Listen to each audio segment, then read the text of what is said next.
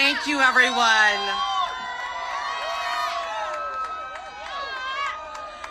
So, I haven't prepared anything because I was focused on what just happened. But I want to say that, nothing could be more nerve-wracking than representing our clients in a case that involves something that's so fundamental to all of us, to our families, to our nation, as the fundamental rule that all of us born in this country are citizens, one and all alike. I walked into the courtroom today not only with the support of all of you, and I felt your emanations, okay? Not only as one member of an incredible legal team led by Cody Wofsy, Deputy Director of the ACLU Immigrants' Rights Project, but also with all of our ancestors, right? Whether you're an Indigenous American, whether you are descended from African Americans who were enslaved and free, whether you are the descendant of someone who came on the Mayflower or someone who arrived just before your birth, we all are Americans alike. And that is the principle that we stood up for together, all of us, in the Supreme Court of the United States today. We could not be more confident that despite the policy preferences of the current administration, that this attack on what it means to be American in the most fundamental way, that attack will be turned down. It will be destroyed and left in the wayside because we know what the 14th Amendment says. We know what free Black Americans fought for when they led the way to universal birthright citizenship for all in the 14th Amendment. And so I want to thank you all for standing with us in this fight and for keeping with us every step of the way. Thank you.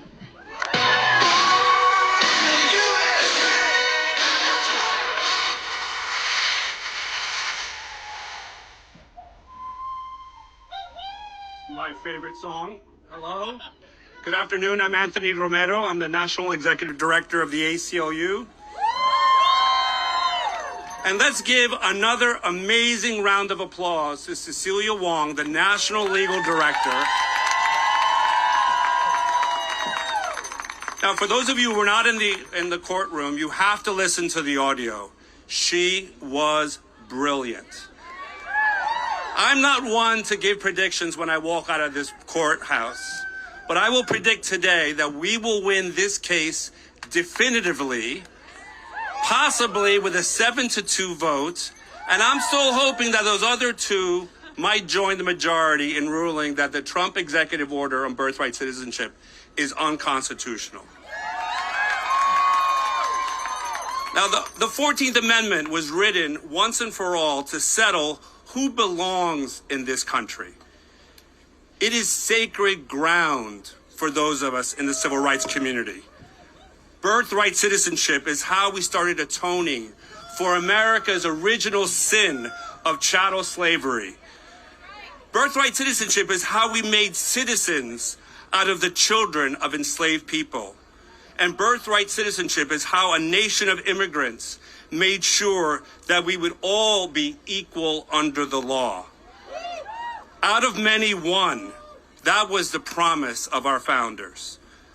But if President Trump has his way, when you're born in the USA, you will not be an American citizen.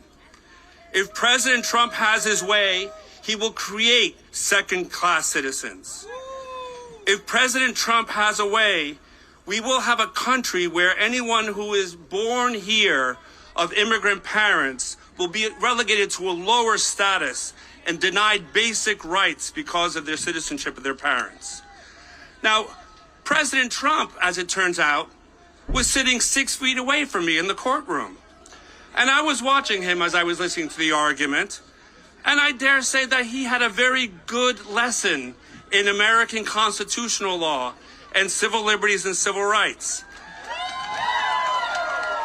And I could see the way his shoulders slumped when National Legal Director Cecilia Wang stood up and started making arguments that he knew he had a losing case. He turned up today because he wanted to try to put his thumb on the scale. He wanted to try to intimidate some of the justices, 3 of whom he appointed to rule in his favor. I dare say that did not work. Birthright citizenship goes to the heart of who we are. It is literally what and who we're made of.